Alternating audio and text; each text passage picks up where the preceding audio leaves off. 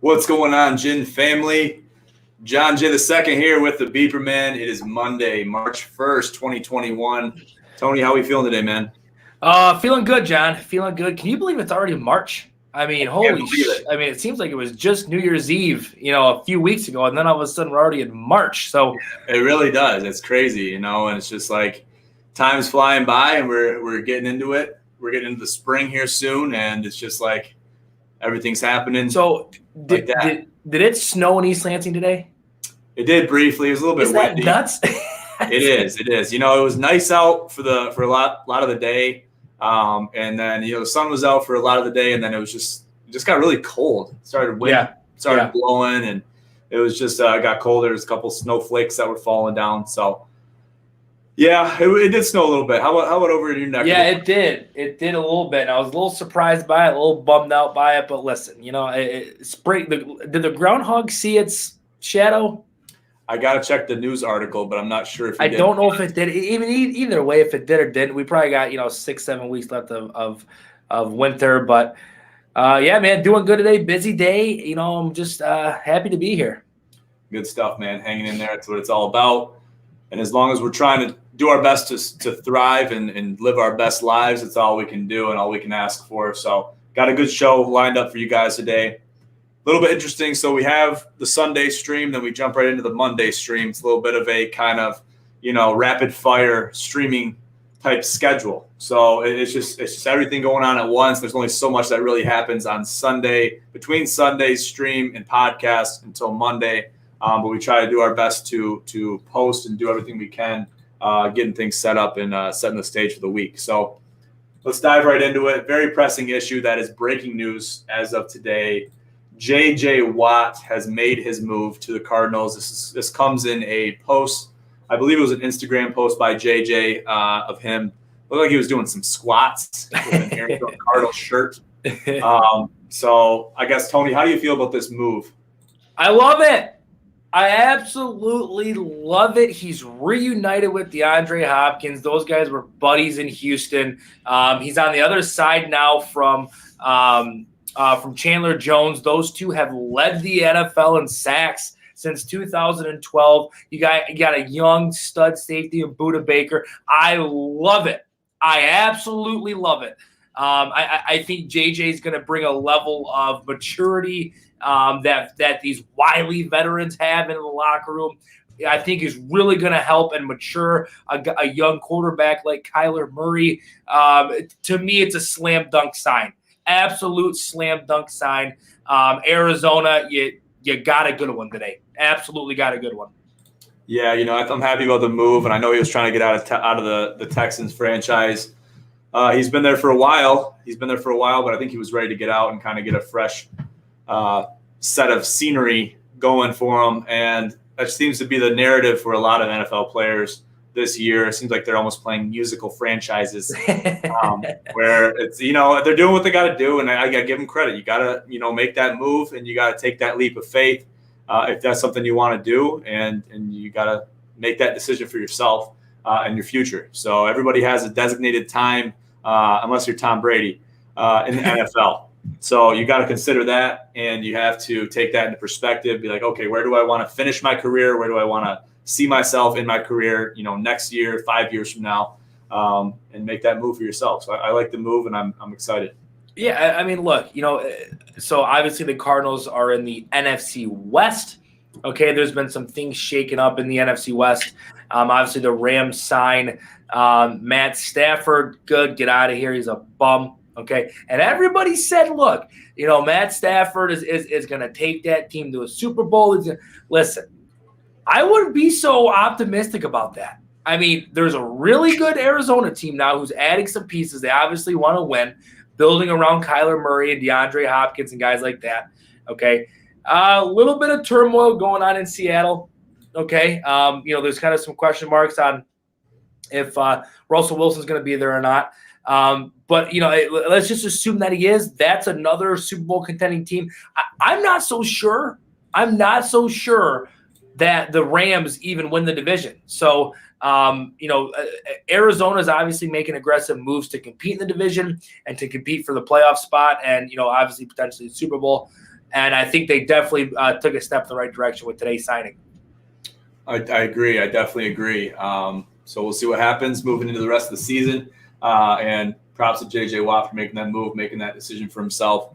It was. I think it was somewhat overdue. I don't know if I can say long overdue, but he was kind of getting close to.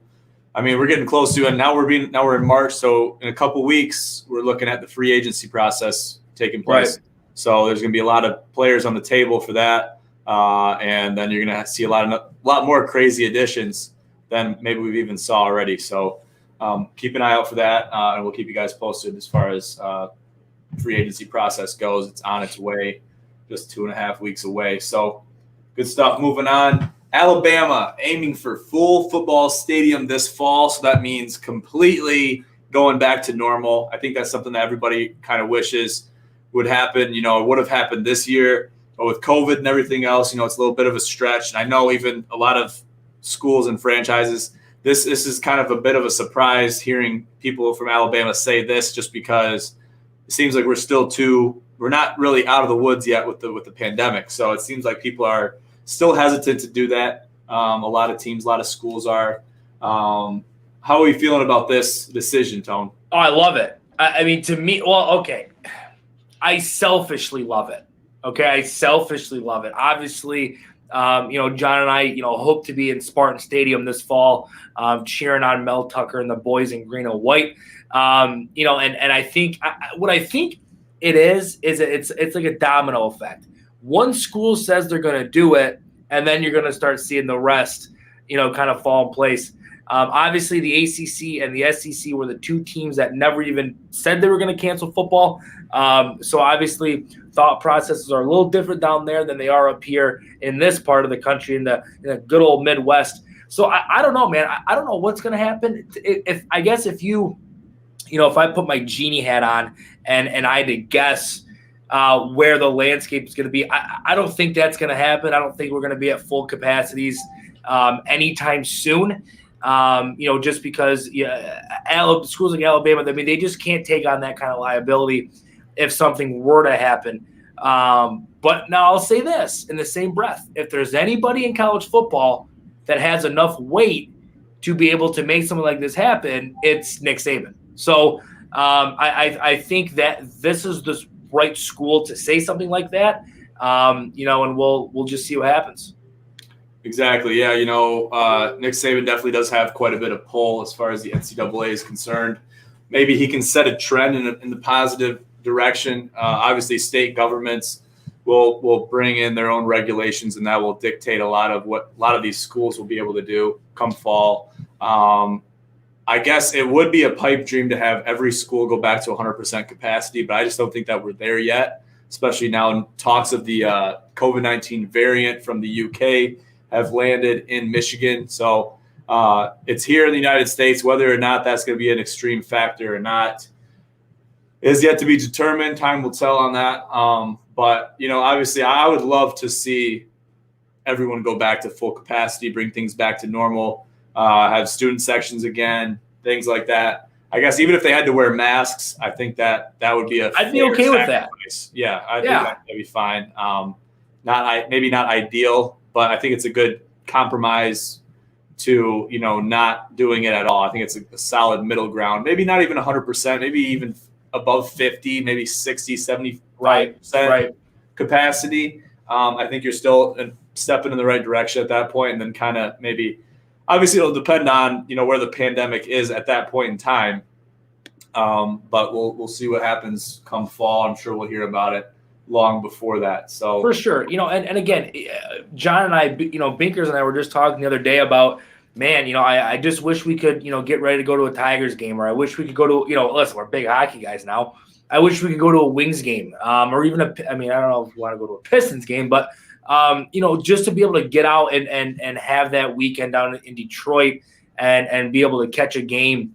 Obviously, Michigan State basketball is in the heat of things right now, so it'd be nice to be able to go. I don't know if I'd want to go watch them this year, but it'd be nice to go watch them. And it's just been taken away from us. But again, I get it. I understand that, everything's going crazy, everything's nuts right now. But man, that headline at least gives me that light at the end of the tunnel. Yeah, it's good to see that, and hopefully they're stepping in the right direction. And hopefully everything's kind of coming back to normal at some point. I know it's still going to probably be a while before everything's back to normal.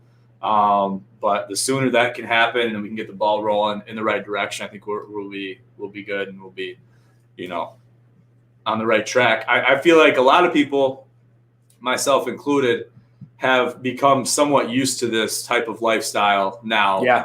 It's become the new normal. It sounds cliche to say that, but it really is the new normal. A lot of the stuff, wearing masks inside of, facilities. I'm still not a big fan of wearing masks at the gym. That gives me a little bit of trouble. Not really too hype about it, especially when I have the gal.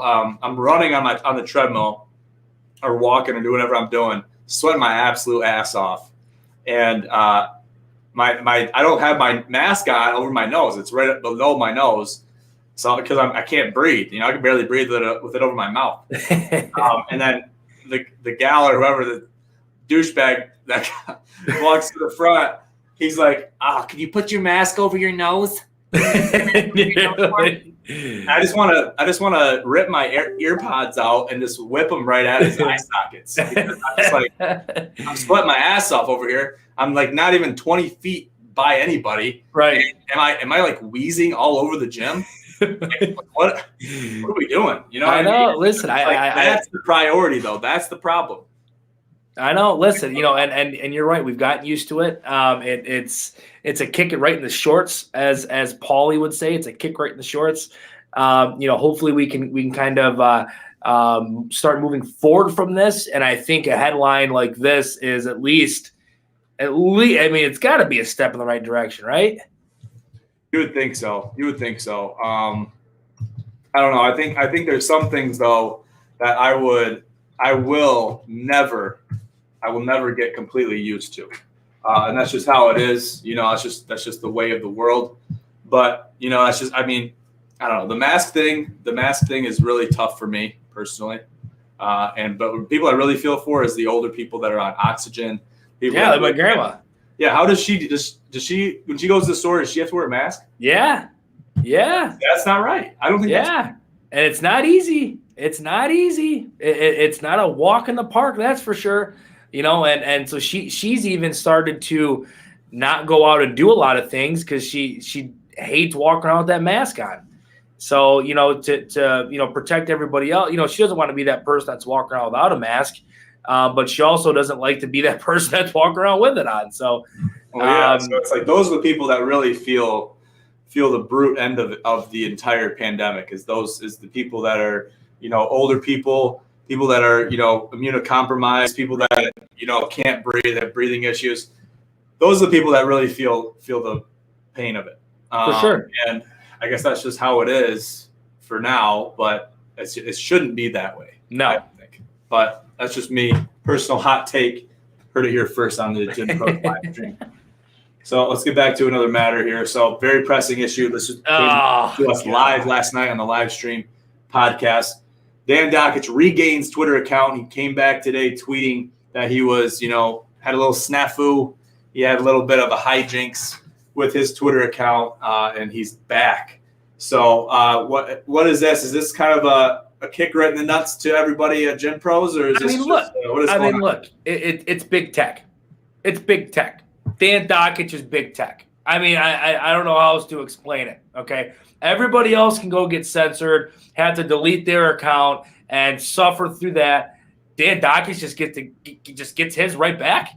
I mean, what are we doing? So really, I kind of dove into the story a little bit. A little precursor. There may or may not be a video releasing on this, today or tomorrow. So I was diving into it a little bit, and Dan Dakich is just a dick. Like, I don't know how else to explain it. I was listening to the radio bite on him where all this kind of went south, and he's just not a good dude. He's just flat out not a good person.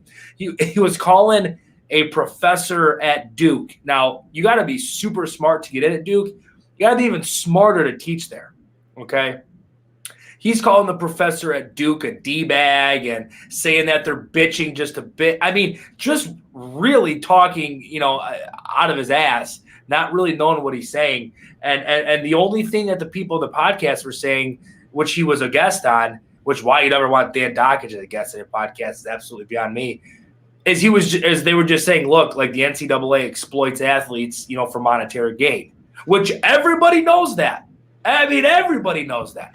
I mean, these universities make millions and millions and millions of dollars off these athletes, and that was the point they were trying to make. And Dan Dakich was not having it.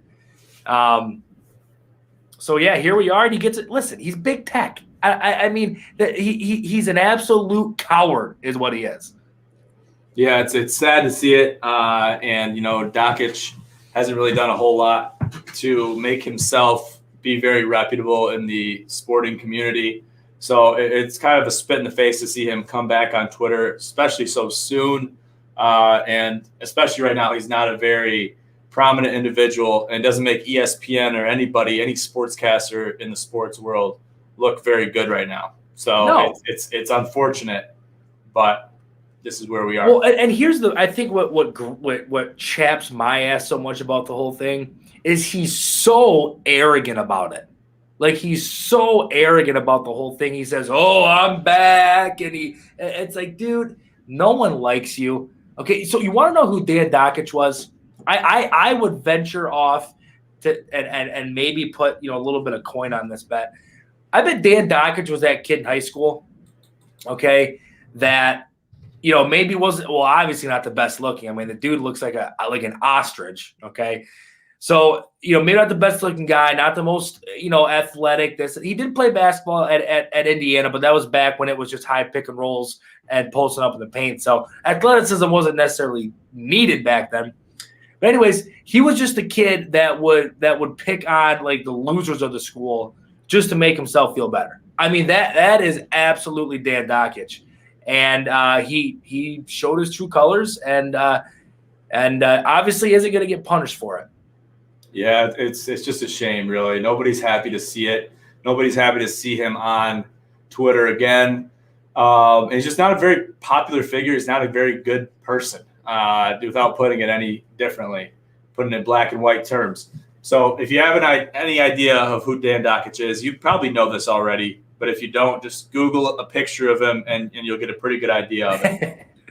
So that's pretty much all it takes. And Tone, I hear you say you got a video coming out on this? Yeah, I do. So I listen. I have a gin and tonic coming out tomorrow. It's on Dan Dakich. It's on the whole story of him attacking, a professor at Duke and a podcast host over something so stupid, from being the bad guys. But it's so charming. Softly searches on Twitter. Yeah, I mean, Donnelly, you nailed it. I mean, yeah, absolutely. Like he has this persona of being like this big tough badass, and and no one likes him. Okay, can you name me one person, John, that when they listen to a Dan Dakich broadcast, are like, man, I like this guy? I can't, but if I hear anybody that is a fan of him, come forward. We'd love to have you on the live stream. Yeah, I mean, seriously. Anyway, I mean, I'm literally opening this up to anybody. Even if you watch the stream after it's already posted, get after us. Get after us, and we'll set up a time, and we'll talk about it. And Donnelly's right. Like, Dakich is the guy, and he's done this in the past, where he will search his own name on Twitter, and if you say anything sideways, anything that he doesn't like, he'll just go ahead and block you. He probably saw your tweet. He probably saw your tweet. I bet that was on Twitter. I mean, I wouldn't be surprised. You say Dakich is big tech. He's single-handedly big tech. Yeah. So I mean, whether he has help or not, I don't know. He might have a whole team that he says, okay, whatever morning it is. All right, guys, Google my name every 15, 20 minutes. See any bad tweets, report the hell out of them. Right. Get him the hell out of Twitter. Right. He's honestly participating in cancel culture. Absolutely. Absolutely. He's one of the worst. And the whole thing is like, this is his fault. Like, it was his fault. He was the one that went at the professor. He was the one. Now, listen, just to give a little backstory. So Jalen Johnson, the guard for Duke, okay, he decided to step away from the team for the rest of the season. Okay, it was a business move. He's obviously going to be a draft pick. And you know, for financial reasons, he wanted to save his body, step away, and he's going to be entering the draft. Frankly, I don't give a damn that he does that. I don't care. Okay, would I do it? I can't even comment on that because I'm not in his shoes. But oh my God, you would have thought that Jalen Johnson, you know, sexually assaulted the Pope the way that Dan Dakich was talking about him. Dan Dakich wouldn't leave it alone, wouldn't stop talking about it. You know, so that's where the whole thing stems from. That's is Dan Dakich single-handedly attacking this 19-year-old kid that plays for Duke because he decided to step away. So it's just not a good look on Dakich. It just flat out isn't. It's not a good look, and you know, eventually everything will come and fall into place. And he's going to do it to himself. We've already seen it on multiple occasions. We've seen it way before the Twitter scandal, you know, and it's just like it's a self-fulfilling prophecy for Dakich. So he's going to be the controller of his own destruction. And it's already very evident from what we've seen already. Right. So it is what it is. Let's move on. Let's talk about the podcast. So the podcast was released yesterday. I think the podcast is going really well. Tone, how do you think the podcast is going? How do you think we can make it better maybe? And this is another open forum discussion part of the live stream where we want to hear from you guys. How can we make the podcast better? I've heard from a lot of people that listen into the podcast, give us a lot of high praise for it. A lot of people that listen to it that I had no idea listened to it, which is awesome. It's a blessing. Right. But if you guys have anything about the podcast, any commentary, suggestions, comments, whatever you got, let us know. But Tone, how do you think the podcast structure has been going so far? So really well. Obviously, the podcast was kind of the backbone to Gym Pros in the beginning. We've since added a ton of layers to Gym and our live streams, our videos, you know, everything. And so I don't want people to think, you know, we're kind of putting the podcast on the back burner, because that just flat out isn't the case. What I really liked what we did yesterday was the live stream / podcast. I thought that went really well. The structure of the live stream looks really good. We have a little guest. Hold on. We have a guest. It's Jen. What's up, Jen? Say hi to the people, or just walk around and don't do that. Hi, Jen. Anyways, I think it went really well. Like I said, I love the live stream / podcast aspect to it. You know, I think we keep that rolling. You know, the people's questions, you know, are first and foremost. We'd like to be able to answer those. So yeah, man, I'm really happy with where it's going. Yeah, me too. You know, and Jen's trying to steal the show over there. But that's okay. Doing a good job of it. He's doing a hell of a job. And you know, yeah, I like the structure of the podcast. I think it's been working really well. Had some good guests. Some guests that will be returning to the podcast. Chris Platty will be, you know, participating on many more podcasts. There's also some other elements to the podcast and possibly other podcasts related to Jen that could be a very high possibility in the near future. So that's about all I can say regarding that. But look forward to that and look forward to different layers to be added to the podcast and to everything that surrounds the podcast, because we're really happy with what we've been able to do so far with it, and what's coming and all absolutely the happen.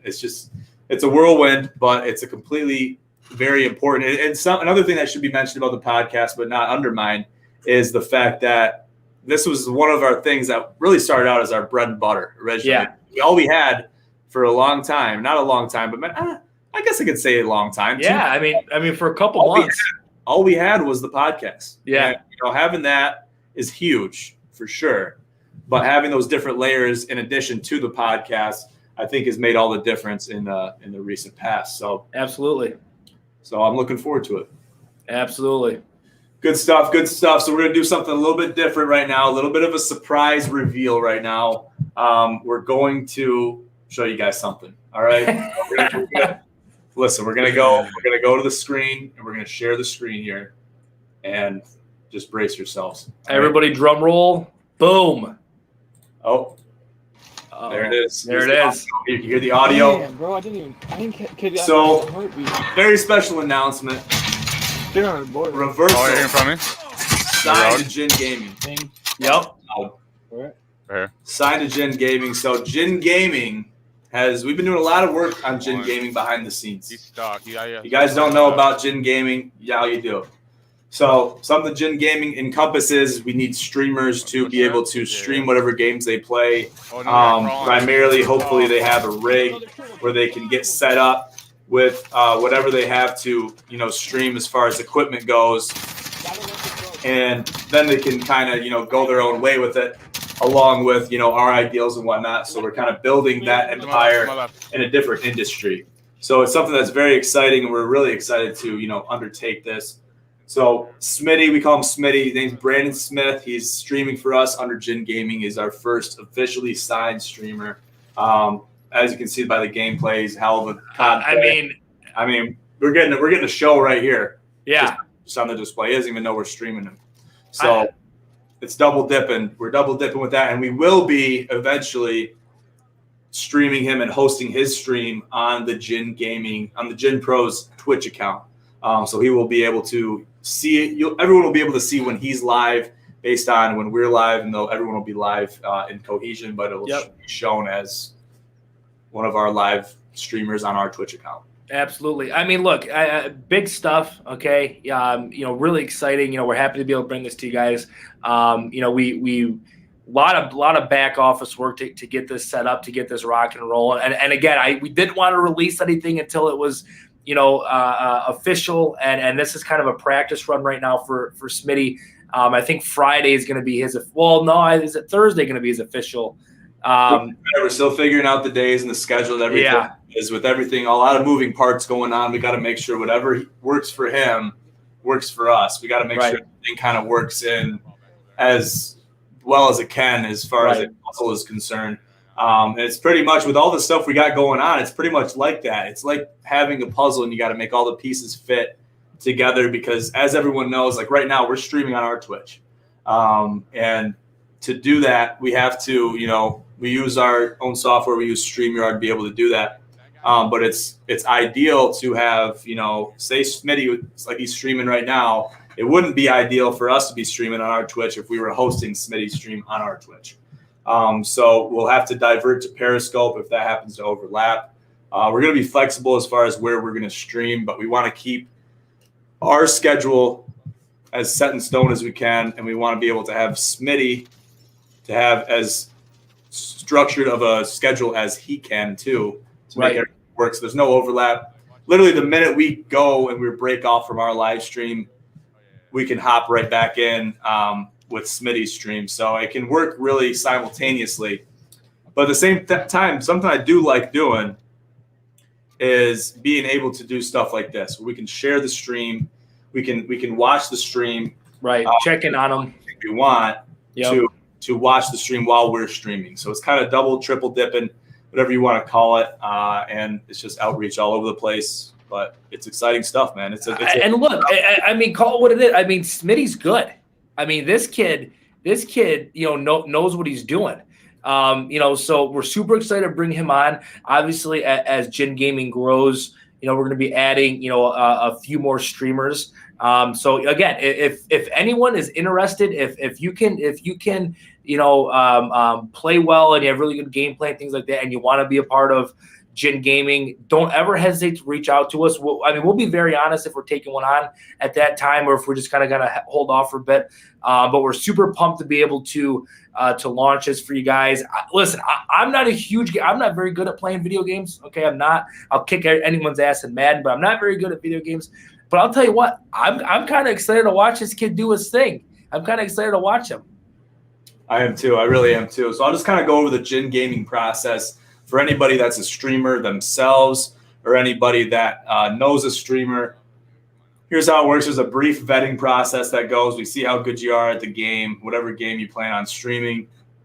We'll do that. We'll have that process go on, and then we'll make our decision based on that, and then we got to go forward with that. Some things that are very important, though, you gotta stream on a PC. You gotta have a strong internet connection. Kind of automatic in the streaming world. If you even think about streaming, you really don't want to. It's not ideal to stream off of a console. So PS4, Xbox One, even the new next gen consoles, the Xbox Series X, These types of things are needed and required to, get to the next level as far as streaming goes. So PCs are completely ideal. And I'll say even required and necessary to even flirt with the possibility of streaming for us. So keep that in mind if you're asking anybody. But yeah, if you guys watch this, even if you're watching this stream following when we're live or after we're done being live, feel free to reach out to us, send us a DM, send us an email, message, whatever you got to do. Reach out to us somehow, and then we'll get the ball rolling. We're looking for 1 to 2 more streamers to lock into a schedule. And then that'll take the work off of Smitty. And then he's going to be working with us too as far as getting streamers acquired for us. But we're kind of using Smitty as our poster child for this entire process. This is something that's been going on for a while, something we're really happy to announce and reveal right now, and we're looking forward to this. It's gonna be sweet. It's gonna be a completely awesome and brand new arm to. Oh, I mean, he just shot that dude's head clean off his shoulders. Oh yeah, he did. He's ducking right behind the thing. That's another thing we can do is we can provide the commentary when he's streaming. I mean, and, it's just a hell of a time. So holy shit. So no, I mean, listen. There may be, a Beeper Man appearance on the Gin Gaming. Again, the caption would be world's worst Call of Duty player. Maybe Smitty can show me a few tricks here and there. I'm sure Binker's up there is going to make a few appearances on the Gin Gaming. But predominantly, this is Smitty's stream. We're really going to be, relying on him to create the content. We might hop on here there just for some fun, just to get some. Because you guys would absolutely laugh your ass off if you watch me play. Because it's that embarrassing. But yeah, man. Again, just another layer to the business that we're trying to build here. We just had an article in the Flushing View, thanks to Gagnon for making that happen for us. Mama Bink really got the ball rolling on that. So a lot of exciting stuff going on. Yeah, it's really cool, and we're excited to explore all the endeavors that we have in front of us.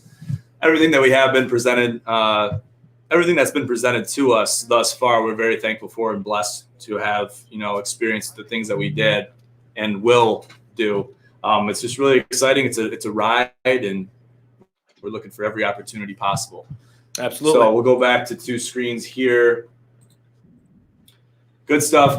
So a lot of good stuff, a lot of moving parts, a lot of ideas being sprouted, even just on the stream.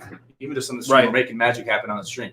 So it's absolutely awesome. I'll let you kind of wrap everything up if you want to, whatever you got to say, and then we'll kind of get the people on their way on this beautiful Monday. So really quick, we're hoping this week to link up with our boys over at the Michigan Man Cave podcast to do a live stream, maybe even live stream / podcast with them, depending on what day we can lock them in. Obviously, Michigan State's got 2 big games this week, against the boys in Maize and Blue. So obviously, our friends at the Michigan Man Cave pod, we appreciate those guys. They're great at what they do. We'll have a little live stream with them. Other than that, man, stay tuned, everybody, to all of our content. Gin and Tonic to be dropping tomorrow. Then boom, right into another live stream. We should have some good stuff leading up to the Michigan State game. Whether or not the guys from Michigan Man Cave hop on with us or not. Other than that, guys, thank you so much for the support, and stay tuned. Yes, sir. I'm looking forward to the collab again with the Michigan Man Cave podcast. A lot of good guys over there do a lot of good work. Even though they root for the wrong team, we'll give them the benefit of character. We won't let it hinder their personal character too much. But they're good guys over there. Looking forward to collabing with them, especially with the game coming up, the doubleheader, going into the doubleheader weekend. Right into the Big Ten tournament, and then eventually Selection Sunday. So we're looking forward to all that stuff. It's kind of all coming to an end as far as basketball is concerned. Looking forward to that. Another thing to look out for is the date of the 2021 Corona Challenge. Yes. So that will be posted here soon. We're working on securing a date for that. So that's something that will be posted very soon, so we can plan and we're not busting our ass to kind of, get that figured out with, a week and a half, 2 weeks to spare as far as getting teams locked in. Right. Giving ourselves a little bit more breathing room to get that all figured out and get all the teams figured out, get everybody locked in. We're going for max teams. So that means getting 2 teams, so 4 players on 18 holes. That's ideal. So if we do some little bit of mental math, we do 4 times 18, that's 72. 72 divided by, what is that, 2? So 36 teams. We need 36 teams. That's double what we had in the first Corona Cup. So 36 teams, 72 players is completely ideal. If we have to do A's and B's, we can do that. I would only want to do that on a couple holes, though. The thing about doing the way we're doing it with the 36 teams, the thing that makes that ideal is you have every hole filled up. Right. That way you don't have people playing on holes by themselves. There's a little bit of a snafu this previous year with an app that was involved with the scoring for the Corona Challenge. So we're hoping to avoid that this year. Hopefully the kinks are all worked out as far as that's concerned. But we're looking forward to having that, getting that date out to you guys as soon as possible. I want to set a deadline for that. Let's do March 20. I'm going to pick a Friday. To what? To announce the. Yeah, let's do March 19th. March 19th, look forward to the date being posted. It might be before that, but it should not be after that. So March 19th, write it down if you have to. But, I mean, this is basically your precursor right now. Everyone watching the stream right now, anybody that's tuned into the stream after we're done being live, start thinking about your teammate. Start thinking about who your team's going to be because, everything's on the table this year. There's there's a lot of things involved. So it will be, and we didn't do enough about this last time. We still made a significant donation to the Flushing Christian Outreach Center, but this is a charity golf event that will be predominantly for the Flushing Christian Outreach Center and giving back to the city of Flushing for everything that they provided me and Tony coming up and, building us into the men that we are today. So they do a lot of good stuff over there. Mount Bank does a lot of volunteering over there at the FCOC. So they do a really good job, and we want to give back to them every chance we get. So that's what that event's going to be for, the Corona Challenge 2021. Look forward to the date coming. It's going to be sometime in June. There's a couple dates that we're juggling right now. So stay tuned for that, March 19th. I'll leave it at that, though, guys. Make sure to stay posted to all of our social media for all updates. Our website is ginpros.org. Stay posted to that every chance you get. There's a lot of information coming out there frequently. Our Instagram stream, there's a lot of videos. We're getting back into making our Instagram videos that we kind of, let go of a little bit. Yep. The Tonic series being so prevalent. But look forward to our Instagram posts. I mean, there's a lot of good stuff coming out. So I'll leave it at that, though, guys. Tony, thanks for joining me tonight. Absolutely. Thank you guys for joining us. I'm John Jay II. Have a great night.